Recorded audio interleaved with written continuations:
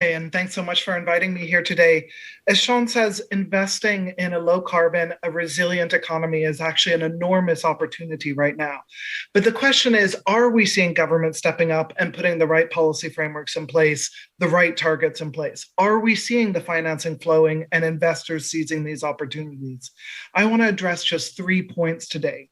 First, I think one of the most exciting things we've seen the last few years is an incredible wake up as people begin to start to grasp the science, really caveating it there, but begin to start to grasp the science and realize that we need to get to net zero emissions by 2050 globally, if not before. As Sean mentioned, we now have many countries around the world, well over 50% of global emissions, that are committed to reaching net zero. We also have, as of yesterday, over 160 financial firms, together responsible for assets of more than 70 trillion US dollars, which have all committed to the transition to net zero emissions by 2050 in their portfolios. That's the Glasgow Financial Alliance for Net Zero. So the finance sector, private finance sector, waking up and starting to move. Companies are also stepping up. We've got over 1,300 with a combined market capitalization of over 15 trillion, including about a fifth of global Fortune 500 companies, which have set their own greenhouse gas and emission reductions in line with what the science says is needed. But is this enough with the net zero targets? They're important, they're great, but they are not enough. Even on their own, they're not enough. But more than that, we need to see for each of these, in order to be credible, we need to see that they are backed up by clear, achievable trajectories and policies or actions that will get us to those net zero targets. So this is the second point.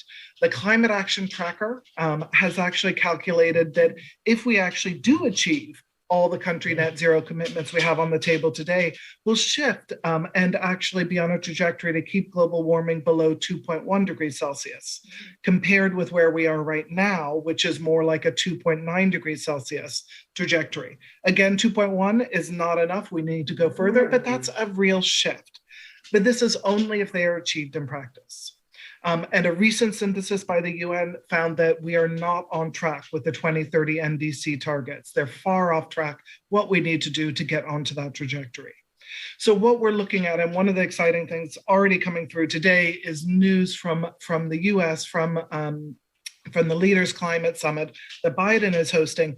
We're starting to see some of the major economies step up and put in place trajectories that will include 2030 targets on the way to net zero. Just this morning, the US announced that by 2030, it will aim to be 50 to 52% below in terms of their cut in emissions. Japan is going to aim for a cut in emissions of 46% below by 2030 and strive for 50%. And Canada has just announced a slightly less ambitious target of 40 to 45% below 2030. Again, these will probably need to be stepped up further in the future, but it's a major step forward. Now, the question is, who else is next? We've still got quite a few major economies needing to step up. So these are important, and we need to see that similarly in the business and finance sector, we're getting the same kind of trajectories and targets to get to the net zero targets that they're setting. How do we actually do that? What's the trajectory on the way? So again, this Glasgow Financial Alliance for Net Zero, one of the things that it's done, which is very positive, is said that those asset managers, asset owners, and banks committing to net zero must use science-based guidelines to reach those net zero emissions. They must cover all emissions in their scope, and they must include 2030 interim targets and commit to transparent reporting and accounting. These will be critical to make sure these are credible and not just greenwashing. Finally, third, what I want to emphasize is that governments can seize the moment now and ensure their efforts to boost economic growth coming out of the COVID-19 crisis actually delivers on the future we want. We don't have time to wait, and we have an incredible opportunity to make this transition now. Sadly, many of the early bailouts we saw last year in countries were really aimed at supporting the incumbent fossil fuel-based industries, the aviation sector, the shipping sector, oil and gas companies, etc., and often with no conditions attached either for social or environmental purposes.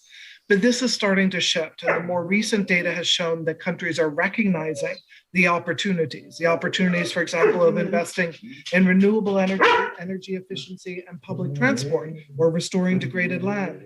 These can often deliver more than double the number of jobs as the same investments in coal, oil, and gas. So as we're looking to deliver the jobs we need for the future, these are the investments we need.